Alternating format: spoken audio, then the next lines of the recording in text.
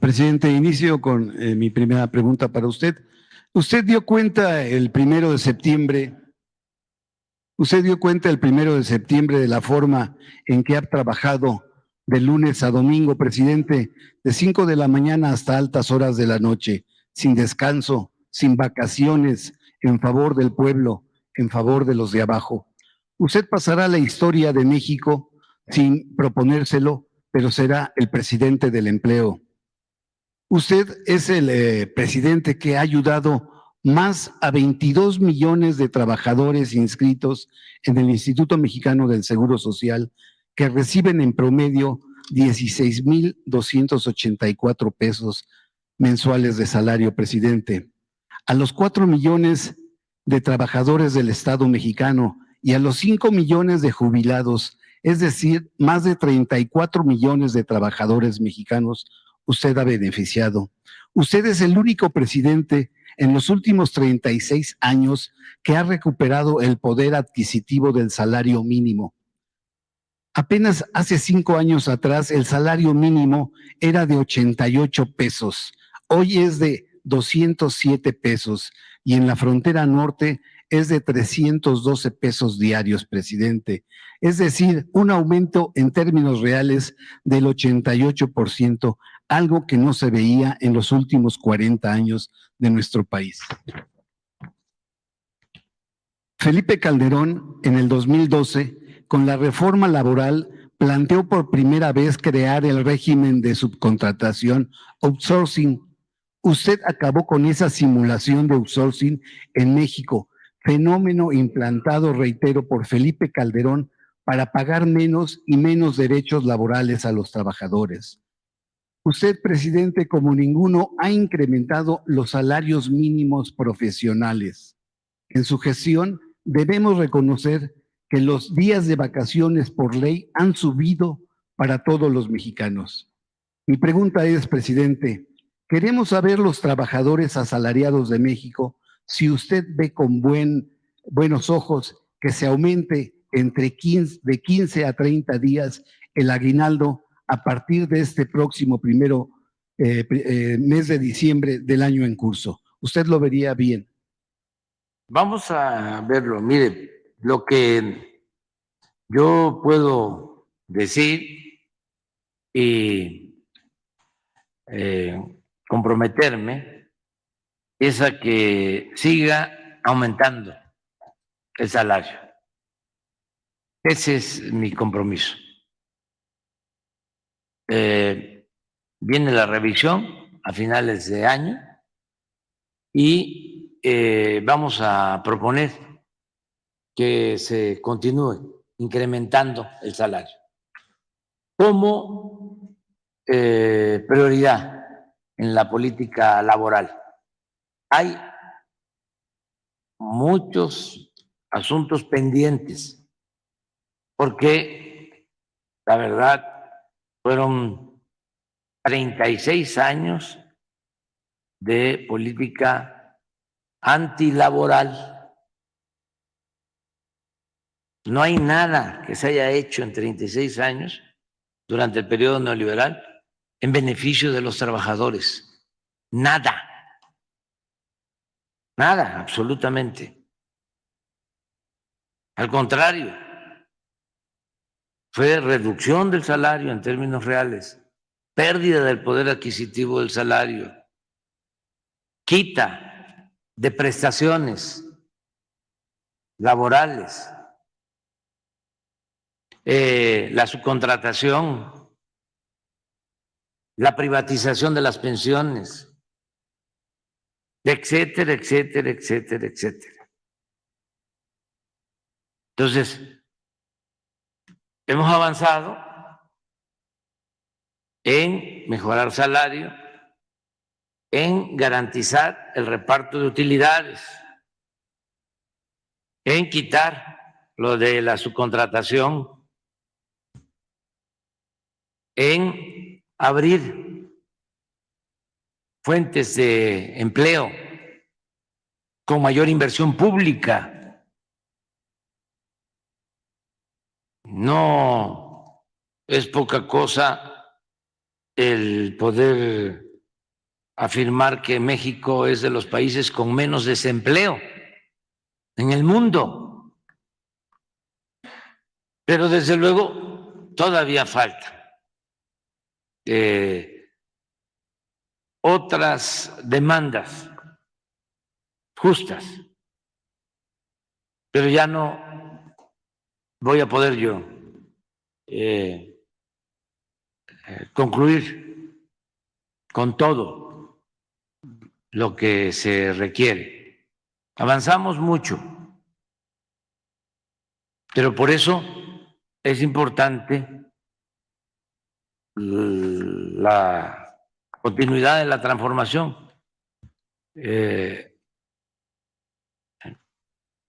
El cambio, el que continúe la transformación es continuidad con cambio. ¿Qué debe de continuar? El proyecto de transformación. ¿Qué cambian las autoridades? Y también la forma, los estilos de gobernar, pero se debe de garantizar que haya continuidad para seguir beneficiando al pueblo, porque esa es la esencia de todo. La función principal de un gobierno es garantizar la felicidad del pueblo. No es ver cómo va a mejorar el dueño de una corporación económica, financiera, o cómo les va a ir bien a los de arriba, con el cuento de que si les va bien a los de arriba, les va a ir bien a los de abajo. No, y la riqueza no es contagiosa. Entonces, eso es lo más importante. La transformación. Siempre he sostenido que se decide cuando hay democracia por un candidato, por un partido, pero también por un programa. Y en estos tiempos, lo más importante es el programa, la transformación. Y vamos a continuar apoyando. En el tiempo que me falta, son 3 prioridades básicas. Una es concluir todas las obras, no dejar obras inconclusas. Esto, cuando hablo de obras, no son nada más construcciones, es una obra también el dejar garantizado el derecho del pueblo a la salud. Pero eso es un compromiso. Lo segundo es que continúen todos los programas de bienestar, se fortalezcan. Estamos por enviar el presupuesto del año próximo al Congreso y ya se está contemplando un incremento del 25% a las pensiones de adultos mayores. Y todos los programas de bienestar van a tener aumentos, aun cuando solo se considere el incremento inflacionario. Pero todos van a tener aumento. Estamos pensando, porque no queremos que se gaste más de lo que ingresa, no queremos que haya déficit, porque no queremos endeudar al país, no queremos aumentar impuestos. Estamos pensando que si nos alcanza, vamos a incrementar el número de becas, sobre todo para educación básica, porque en educación media superior es universal, es a todos, pero en educación básica no. Son como 5 millones de becas, pero no llega a todos. Entonces queremos aumentar lo que son becas para educación básica, es preescolar, primaria y secundaria. Repito, educación media superior sí es universal y en la becas para nivel superior y de posgrado ya son, en el caso de nivel universitario, más de 400,000. Es como toda la UNAM. Yo creo que más. Es la UNAM, la Metropolitana y el Politécnico juntos, en becas, para tener una idea. Y en posgrado, lo mismo. En total, ahora son 12 millones de becas, pero queremos aumentar, sí podemos, lo que tiene que ver con educación básica, porque ahí es donde nos falta más. Lo que sí está seguro es el incremento del 25%, repito, a la pensión adultos mayores. Ahí sí van a quedar desde enero ya garantizados apoyos para que una pareja de adultos mayores ya pueda tener ingresos que les permitan sobre todo su alimentación. Eso. Y la tercera prioridad es ver cómo mejoramos los ingresos de los trabajadores al servicio del Estado. Por ejemplo, el caso de los maestros. Tú acabas de dar un dato interesante, ¿no? Por primera vez se tienen 22 millones de trabajadores inscritos en el Seguro Social, con un promedio de ingresos mensuales, de ingreso mensual de 16,200, Sí, 16,300 pesos por trabajador promedio, porque hay quienes ganan menos, hay quienes ganan más, pero el promedio de los 22 millones es de 16,200. Sin embargo, había maestros que estaban recibiendo menos de 16,000 pesos mensuales. Entonces, lo que queremos es que ningún educador gane menos de los 16,200 pesos, que sea como un mínimo, y de ahí hacia arriba. Porque ¿cómo un maestro va a ganar menos que el Entonces sería promedio el de nuevo lo que salario gana mínimo. un trabajador? Sí, es como un mínimo para los maestros y va a ir subiendo porque afortunadamente la economía de nuestro país está creciendo. Llevamos 3 años con un crecimiento mayor al 3% anual. Acaban de hacer un ajuste, porque estas cosas, pues, no se conocen.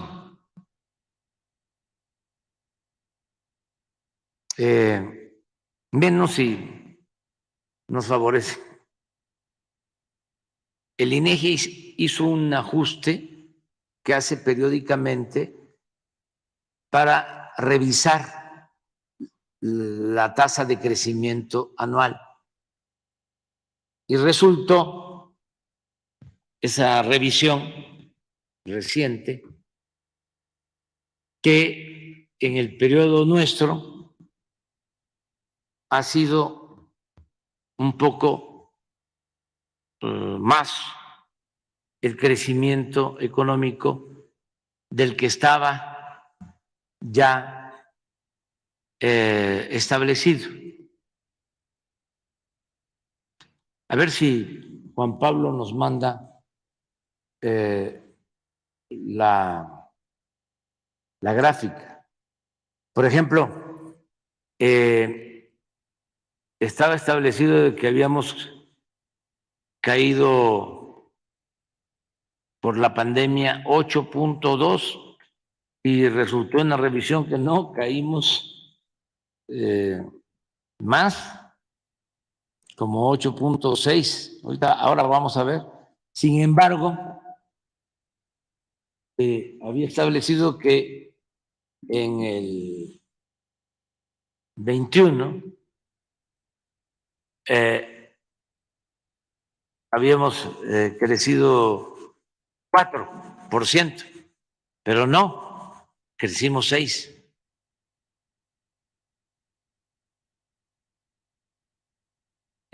Entonces, mientras tengamos crecimiento, vamos a poder tener posibilidad de seguir manteniendo buena recaudación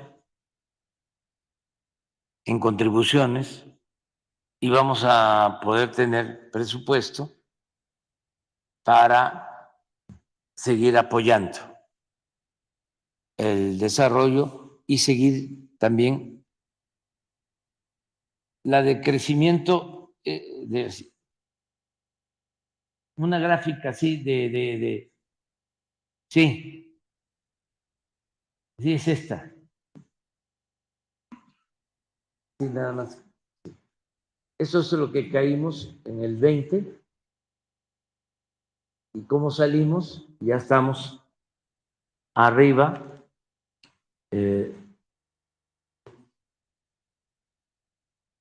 Sí, pero hay otra, así como esta, que tiene que ver con los porcentajes. La verde es la del crecimiento. A ver. Sí, aquí está.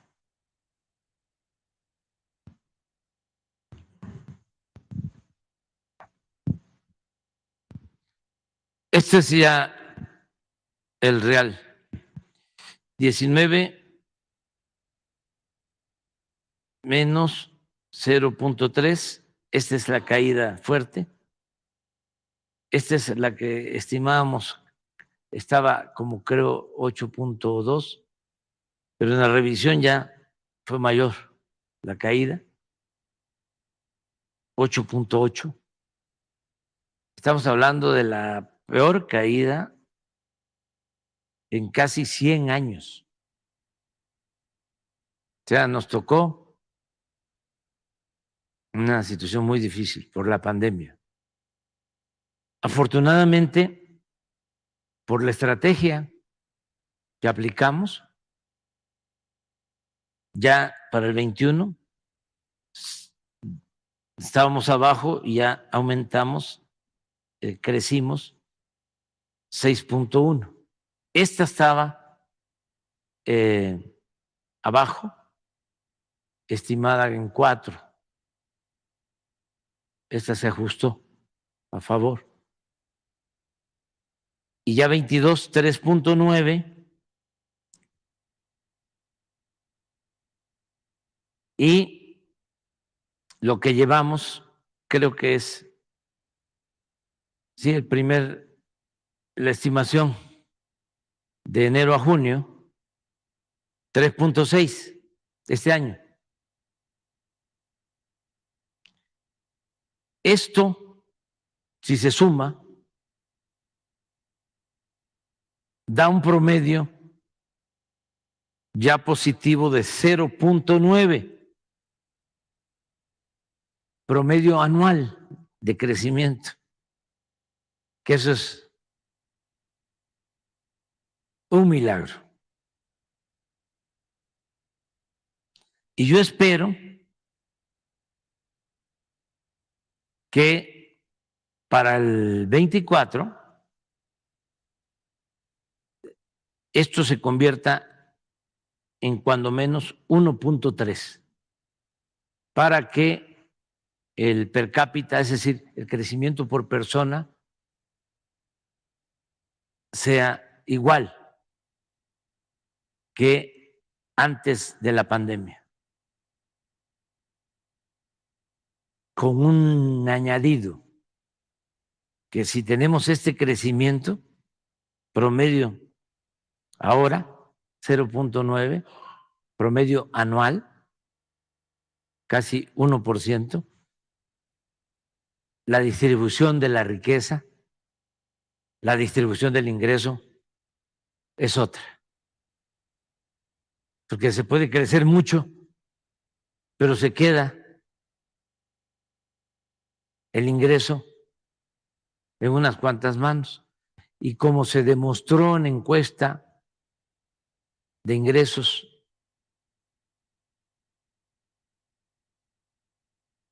por hogares, por familia, del INEGI, se redujo en este periodo difícil la pobreza y se redujo la desigualdad.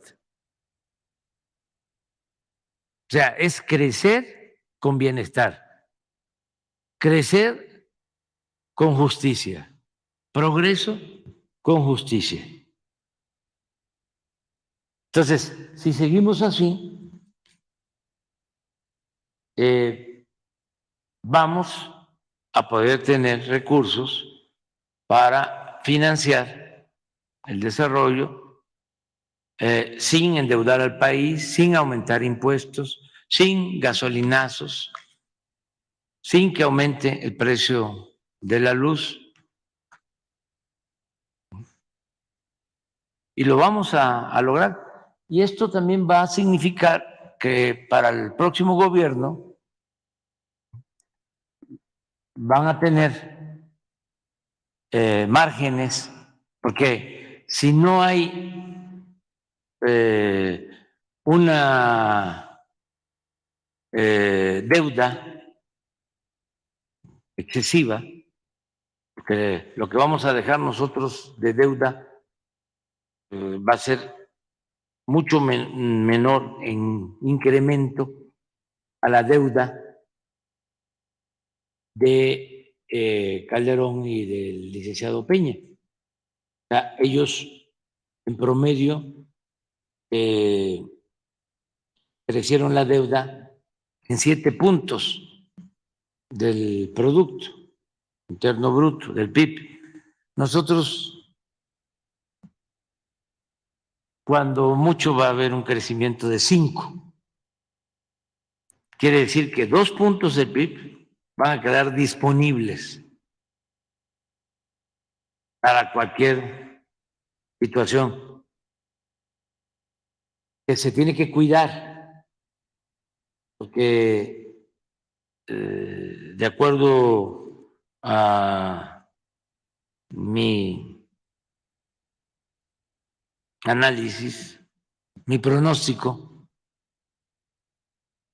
no vamos a tener ninguna crisis financiera en el país de fin de sexenio. Nos va a ayudar mucho, porque pues somos una economía interrelacionada mundialmente. Por ejemplo, la crisis de la pandemia pues fue mundial. Eso no se generó en México. La crisis económica, sobre todo la inflación mundial, se produjo por la guerra de Rusia y Ucrania. No fue un asunto interno. No hemos tenido ninguna crisis interna como en otros tiempos, ni vamos a tener.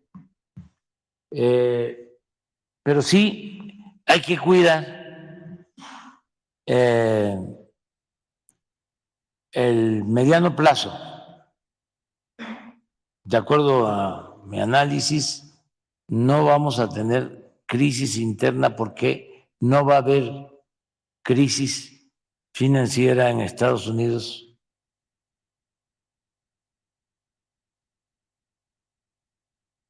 por la elección presidencial, que va a ser en noviembre del año próximo. O sea, de aquí a finales del año próximo, no veo crisis económica, financiera. Ojalá y no me equivoque.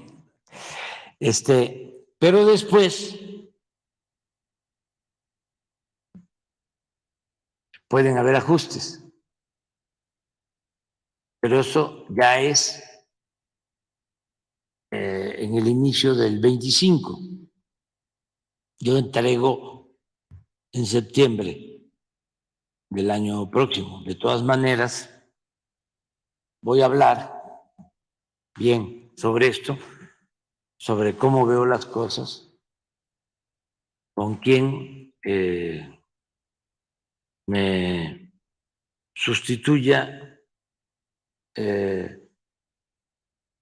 Me refiero en la dirección del movimiento de transformación, porque no se debe, no hay que confiarnos para nada, y sobre todo también hacer algunas, ya lo mencioné, por responsabilidad, algunas recomendaciones de otro tipo. Por ejemplo, que no se pierda el impulso en lo que tiene que ver con inversión pública y con la industria de la construcción, para que se sigan generando empleos.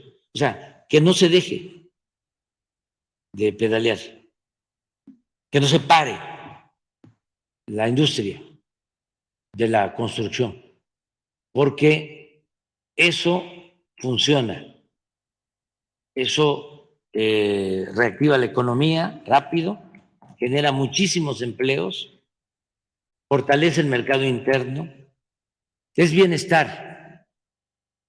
Además, ya hay más experiencia acumulada, se fortaleció, son de las cosas muy importantes, la ingeniería civil.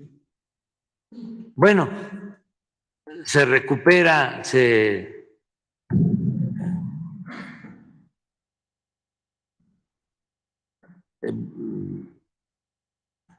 se fortalece, se rescata la ingeniería ferroviaria. No existía ya. No, imagínense toda la experiencia para hacer vías, que no es cualquier cosa, o para la construcción, la operación de trenes, lo que se recuperó de ingeniería petrolera. Y llevaban más de 40 años sin construir una refinería.